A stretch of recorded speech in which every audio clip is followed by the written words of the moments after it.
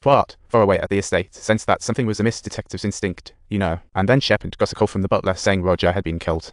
"It's over here now," he said, but when Shepherd hurried over to the mansion, the butler looked confused. "The cash left and returned? A prank call?" Roger was still holed up in the study, and Shepherd had to verify his brother's okay. But knocking got him nothing but silence. What was scarier? The door was locked. He thought, well, this waiting game isn't going to work. He grabbed the chair and smashed the lock. Once inside, his heart relaxed. Roger was definitely not coming back to face the music. There was a dagger gleaming in his neck, and the local cops were quicker than expected. After all, the local tycoon died. The sheriff declared preliminary findings after checking the scene. First, a clear footprint was found on the balcony. Secondly, the murder weapon was Roger's long-treasured antique dagger. Lastly, the study didn't look ransacked.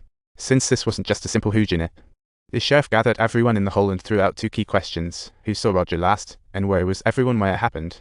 Meanwhile, Poirot quietly observed, saying nothing.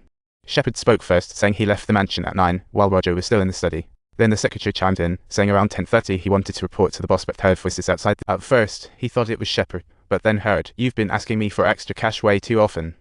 Upon hearing, "I can't meet your demands," he realized this was evidently a conversation between acquaintances and promptly skedaddled. The butler's testimony was even more suspicious. Around 10, he usually delivered wine, and bumped into Roger's niece at the door. She claimed Roger was resting, so he shouldn't disturb him.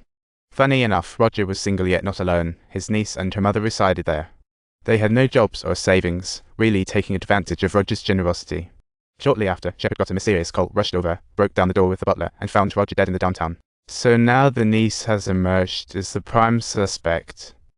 When confronted by the police during this investigation, the niece was merely lamenting, "After I bid my uncle good night, I went straight to bed. I didn't notice anything odd, and my mum and I live off Uncle Roger. Why would I kill my meal ticket?" The police weren't buying it, shifting their focus to Roger's mistress and said. Family members described this wayward husband as having financial issues. The only reason he came home was for cash or on his way to get some. The secretary added that the mistress had a big fight with Roger recently. Then she vanished into thin air. In light of the wealthy man's demise, the mistress remained missing while the niece approached Poirot with two requests. One was to have the retired detective find her uncle's true killer, and the other to clear the mistress' name. Since the couple was already engaged, she couldn't believe the mistress would be the killer. However, by that point, it was too late. The police already had the mistress as the prime suspect. In her boarding room, police found tons of evidence, including a pair of shoes matching the crime scene prints. But Poirot furrowed his brow. There were still too many unanswered questions. The footprints could confirm a mysterious intruder was in Roger's study at night, but whether it was the mistress remained to be seen. Therefore, he planned to re-examine all clues in detail, delving deep to see if any other doubts could be uncovered. It was the butler who first disclosed this to Poirot. A chair in the room had been moved. It wasn't supposed to be there. Even more curious, one letter from that evening had gone missing. That enigmatic blue letter had disappeared into thin air without a trace. Poirot furrowed his brow, linking these details with the investigation into Roger's life. The letter likely had something to do with the mysterious sick sum. And the killer undeniably had to be an acquaintance of Roger's, otherwise there would be no reason for him to receive an invitation. The person feared Roger would spill the beans to the cops. They chose murder as the answer. The secretary recalled around 10:30, while smoking on the balcony, he saw a shadow flash by. Could that have been the killer?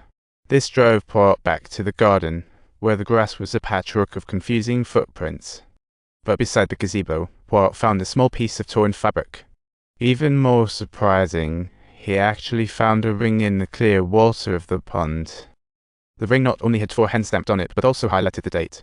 Just as Poirot and the inspector returned to the mansion, just as they were about to search for the owner of the ring, suddenly, they overheard a loud argument coming from upstairs. Turned out, Roger's cash stash of £40 had mysteriously vanished. The sister-in-law suspected the maid, as she had only just been dismissed by Roger the day before. Perhaps she took the money as a way to cope with the impending loss of her job.